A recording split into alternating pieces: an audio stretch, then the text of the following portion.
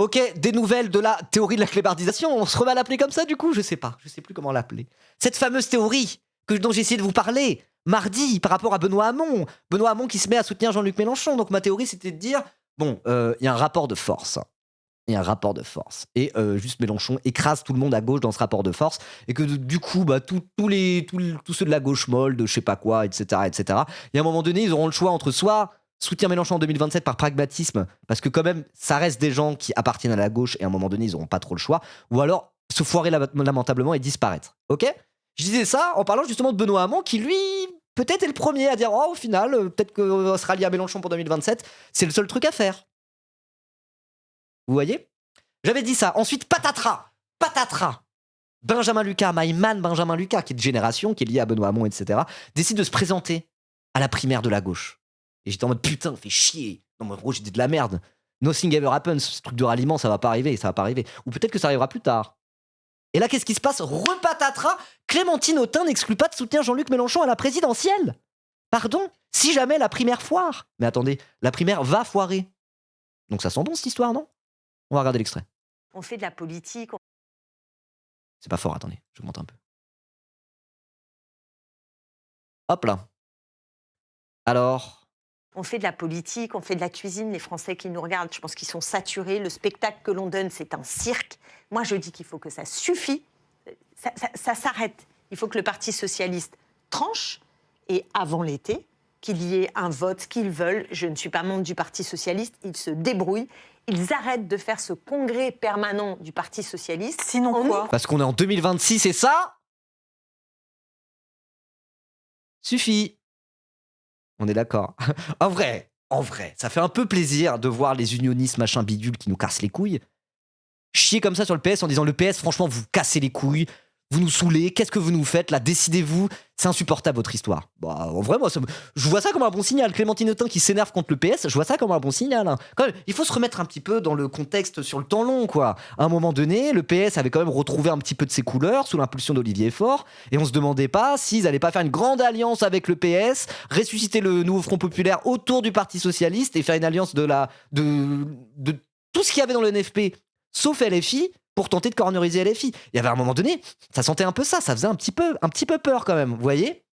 On y pensait, on y réfléchissait. Bon, force est de constater que le PS est tellement merdique que c'est pas en train d'arriver. Hein. Il y a Raphaël Glucksmann avec sa fameuse note dont on va parler après, qui s'est tiré une énième balle dans le pied. Leur solution de repli, c'est François Hollande. Bon, c'est pas très sérieux. Et puis là, il y a Boris Vallaud qui s'est barré de la direction. Rien n'est lisible, tout le monde les critique.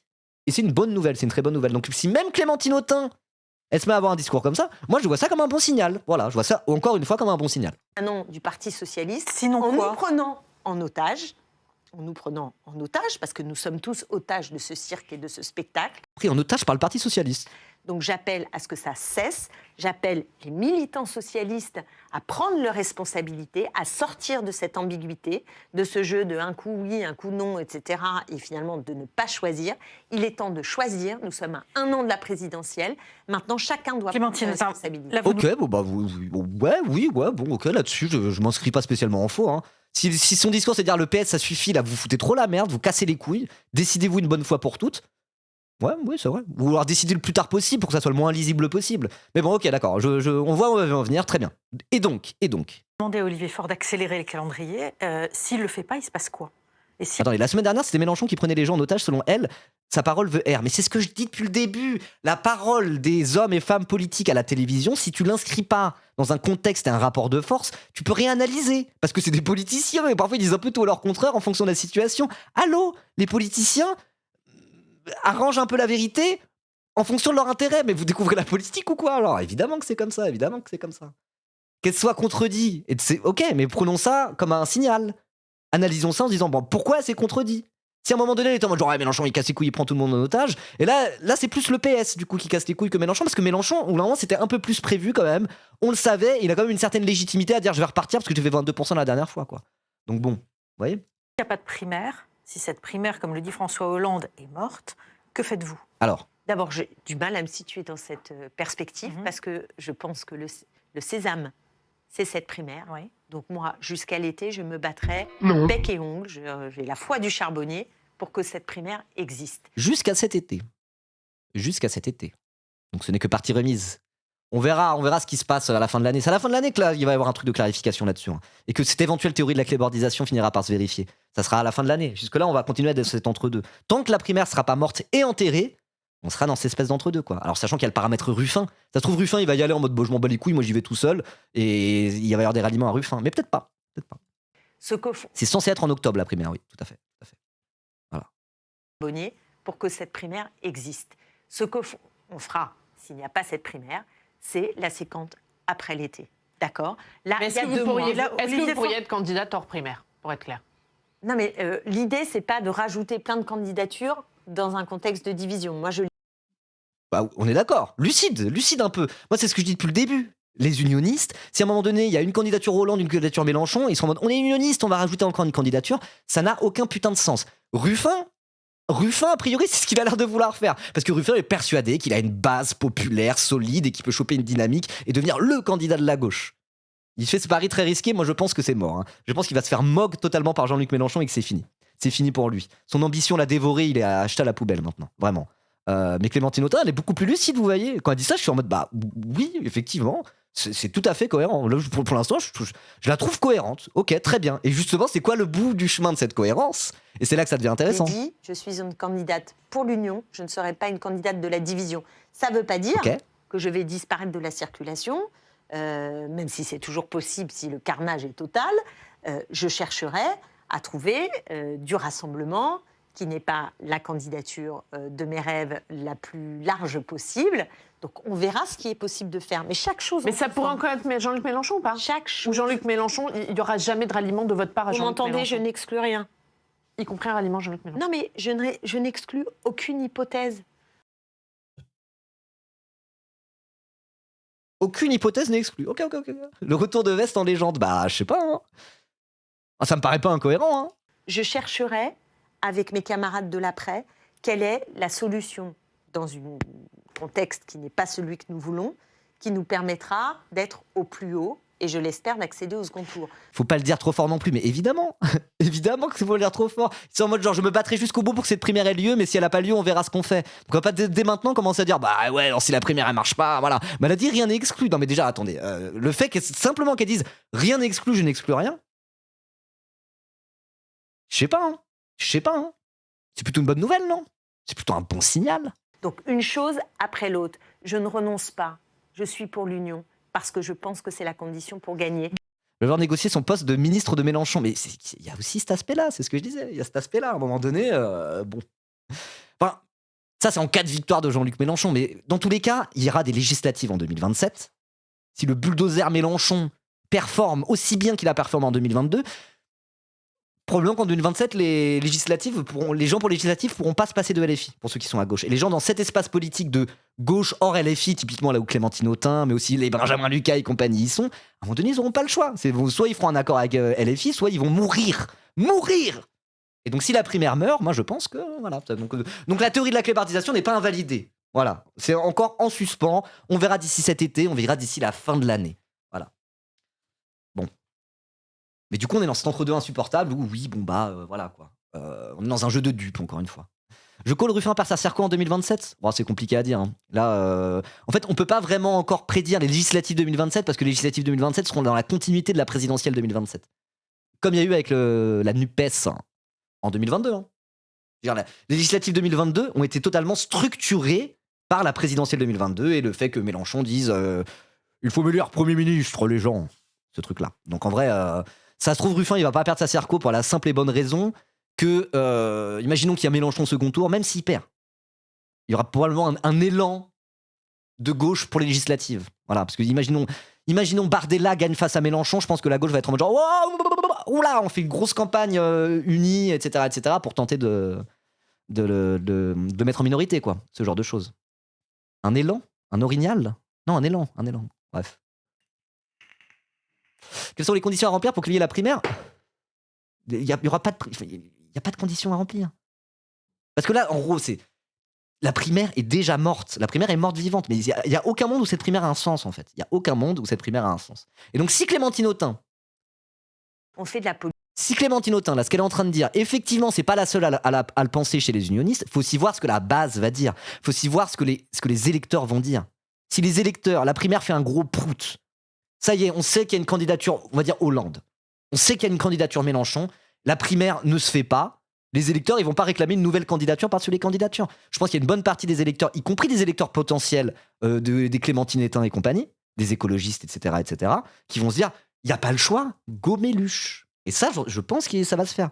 Il va y avoir une pression comme ça, il va y avoir une pression de la base. Et donc, pour moi, le chemin vers ce genre de truc n'est pas annulé. N'est pas annulé. Voilà. Malgré le fait que Benjamin Lucas soit candidat à cette primaire. My boy Benjamin Lucas. Mais bon, est-ce que la question, c'est si Benjamin Lucas est à peu près sur cette ligne-là, je vous rappelle que Clémentine Autain est aussi candidate à cette primaire. Hein. Voilà. Ils sont candidats à une primaire qui risque pas de se faire.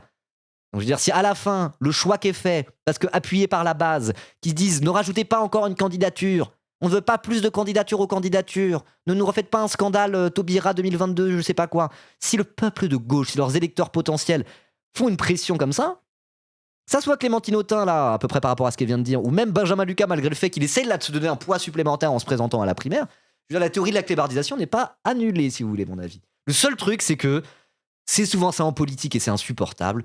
On va devoir attendre un peu et continuer à jouer à ce jeu de dupes, quoi. Voilà. Ils ont vachement respecté leurs électeurs en 2024. Eux, là. Je parle pas du PS, hein. Le PS, là, je ne parle pas du Parti Socialiste. Et justement, le truc, c'est que le Parti Socialiste, il n'y aura pas de primaire au Parti Socialiste. Olivier Faure est totalement fragilisé en interne. C'est le seul qui veut faire la primaire. Personne au PS veut faire la primaire. François Hollande lui-même a dit il n'y aura pas de primaire. Arrêtez avec ça. Raphaël Glucksmann est déjà en campagne. Donc non. Je veux dire, là, l'espace politique dont je parle, les Benjamin Lucas, les Clémentine Autain, les écologistes aussi, etc., par rapport au NFP, ils n'ont pas fait la même trahison qu'a pu faire le PS. Quand tu regardes les votes à l'Assemblée, les censures notamment, ils ont voté comme LFI en réalité, dans leur grande majorité. Et d'ailleurs, tout ça est aussi à mettre à l'aune du fameux projet d'alliance populaire de la France insoumise. Une nouvelle alliance populaire, voilà, c'est ça.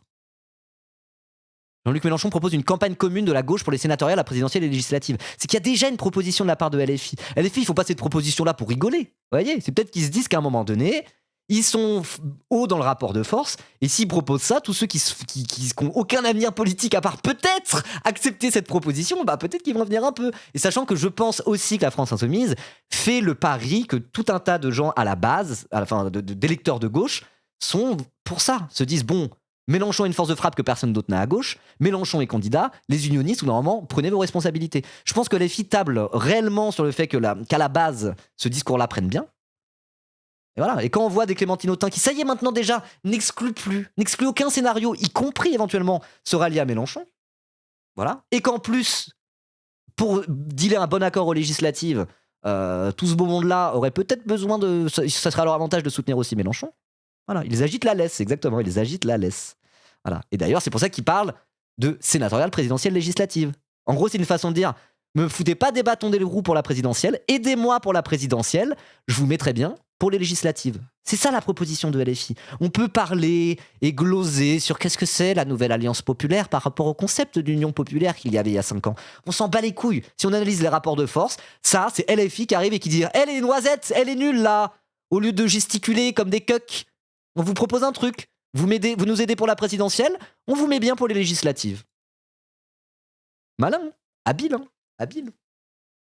Donc voilà, à voir comment ça va se goupiller. Et ça, on le saura plus d'ici la fin de l'année, a priori.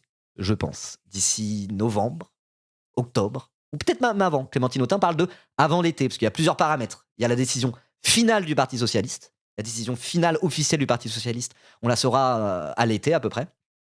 Mais bon, c'est un secret pour personne que le Parti Socialiste ne va pas participer à la primaire. Ils veulent leur candidat social-libéral de cet espace politique, on en a parlé 1000 fois. Donc ça, c'est la première étape, qui déjà pourrait mettre totalement fin à la primaire. Sinon, dernier délai, c'est vers octobre, à la date où la primaire est censée se passer. Mais bon, voilà. Donc là, on est dans un entre-deux, où on se dit, qu'est-ce qui se passe à partir de maintenant ? Est-ce que ça va clébardiser ou pas ? On ne le sait pas encore. Et on le saura soit au début, pendant l'été, ou à partir de la rentrée. C'est trop long, si on pouvait juste skip tout ça et vraiment faire campagne proprement pendant 1 an, ça serait pas mal. Ça dépend, hein. Non, parce que le truc, c'est qu'elle est déjà en campagne. Vous voyez? Donc si ça arrive qu'à la fin de l'année, des éventuels ralliements à Mélenchon par pragmatisme, vous voyez? Est-ce que ça sera vraiment trop tard? Non, ça pourra même peut-être relancer l'intérêt de la campagne à un timing plutôt intéressant, quoi. Sachant qu'il ne faut pas oublier qu'il y a eu tout le truc avec les Verts populaires. Marine Tondelier qui est en train de perdre son leadership un petit peu au sein des écologistes. Tout le fiasco municipal où toute une partie des écolos se sont littéralement rebiffés contre la direction de Marine Tondelier et se sont même fait exclure temporairement le temps de la campagne par rapport à ça. Le truc des Verts populaires sur lequel Manuel Bompard a tenté d'appuyer pour dire vas-y, on se rapproche parce qu'on a envie de faire campagne ensemble pour 2027. Après, il y a le truc du PCF aussi, pareil, on ne saura plus au congrès à partir de l'été. Ça, je sais pas trop. PCF, c'est encore un petit peu différent, vous voyez. Surtout que le truc, c'est que le PCF, dès le début, a dit on participera pas à la primaire, quoi. Voilà. De toute façon, ces gens-là n'ont pas de force militante pour faire campagne, mais ils sont qu'une force de nuisance médiatique. Ouais. Mais à un moment donné, comment ils vont faire? Je sais pas. Mais comme ça fait plusieurs signaux, hein. Il y a des signaux contradictoires, mais ça fait quand même plusieurs signaux, hein. Salut, j'ai vu ton commentaire Insta sous le post de Benjamin Lucas. Tu penses qu'il pourra nous rejoindre s'il passe? Mais non. Il va pas passer. C'est pas comme s'il allait gagner la primaire. Il n'est pas question que Benjamin Lucas gagne ou perde la primaire. La primaire n'aura probablement pas lieu. Moi, je pense qu'il fait ça pour tirer la couverture vers lui, tenter d'exister médiatiquement et relancer l'intérêt de cette primaire. Mais je veux dire, Benjamin Lucas peut relancer l'intérêt de cette primaire de toute cette force. Dans tous les cas, cette primaire n'a aucun putain de sens et n'arrivera probablement jamais. Donc à partir de là, qu'est-ce qui se passera après? Est-ce qu'ils vont décider de rajouter une candidature aux candidatures? Est-ce qu'ils vont décider de rejoindre Ruffin? Ou est-ce qu'ils vont décider d'accepter quand même la main tendue de la France Insoumise qui leur dit hep, hep, hep, vous me mettez bien pour la présidentielle, on vous met bien pour les législatives. Je sais pas. Moi, je désespère pas. Moi, je désespère vraiment pas. Malgré ce coup dur de Benjamin Lucas. C'est qui Benjamin Lucas? Mais j'en ai parlé de tout le live. Ça sera le live spécial Benjamin Lucas, hein, c'est comme ça. Benjamin Lucas, c'est le député de ma circonscription. C'est pour ça que j'ai beaucoup parlé de lui. C'est un mec de génération qui est aussi porte-parole du groupe écologiste à l'Assemblée nationale. C'est un unioniste. Et là, il s'est présenté candidat à la primaire de la gauche contre toute attente pour tenter de gratter du buzz, vraisemblablement. Vous voyez quoi. Mais à côté de ça, Benjamin Lucas, il fait partie des unionistes qui sont plutôt LFI tolérants, voire LFI compatibles. Voilà. Notamment, il me semble qu'il a déjà bossé avec des LFI, Benjamin Lucas. Je crois qu'il a des collaborateurs, c'est des LFistes, quoi. Vous voyez, des trucs un petit peu comme ça. Donc c'est pour ça. Pour moi, c'était le genre de point d'appui que LFI peut avoir hors de la France Insoumise. Et là, comme il s'est présenté à la primaire, c'est en mode genre ah ben je passe pour un con, moi, du coup, avec cette histoire. Mais là, derrière, c'est ce que je disais au début, il y a Clémentine Autain qui n'exclut aucun scénario, y compris peut-être un ralliement, voilà, quoi. À celui en tête à gauche, quoi. Bref. Enfin, voilà, du coup, je fais cette petite capsule pour continuer. Cette capsule, c'est vraiment la suite de la capsule sur Benoît Hamon qu'on a fait juste avant, quoi. Voilà. Bref. Aïe aïe aïe. À voir. Mais de toute façon, je vais commencer à arrêter de parler de ça, parce que bon, les petits signaux, les petits machins. Vous savez quoi? On verra. Trop de rebondissements dans le Ribot Cinématique Universe. Ah oui, là, ce matin, c'est n'importe quoi. Génération et les Verts populaires, ce sont des camarades. Ah! Bah, je sais pas. En tout cas, pour moi, s'il y en a dans cette sensibilité unioniste qui peuvent se retrouver à, au final, accepter cette espèce de main tendue de LFI, pour moi, c'est cela. Effectivement. C'est, on va dire, l'aile gauche des écolos et pourquoi pas Génération. Mais après, on va voir. Hein. On va voir ce que Benjamin Lucas fait in fine. Encore une fois. On peut pas tirer de conclusion tout de suite. Les conclusions, elles seront tirées toutes seules par les faits. Et ça, on le verra dans quelques mois, quoi. Voilà. En tout cas, dites-moi ce que vous en pensez en commentaire. Là, ceux qui ont regardé la vidéo là sur Benoît Hamon, là, et vous étiez en mode genre, ouais, let's go. Bah, dites-moi ce que vous en pensez. Hein. Est-ce que c'est invalidé? Ma théorie est-elle invalidée ou ça va? Bref. Ma génération a fait des unions avec la FI contre les autres partis unis au municipal, genre à Caen par exemple. Donc oui, il y a une proximité. Ouais, on est d'accord. Un PCF déroussélisé, ça je sais pas. Ça je sais vraiment pas. Bon bref, voilà, en tout cas, je voulais parler de ça dans ma capsule. Voilà. Abonnez-vous.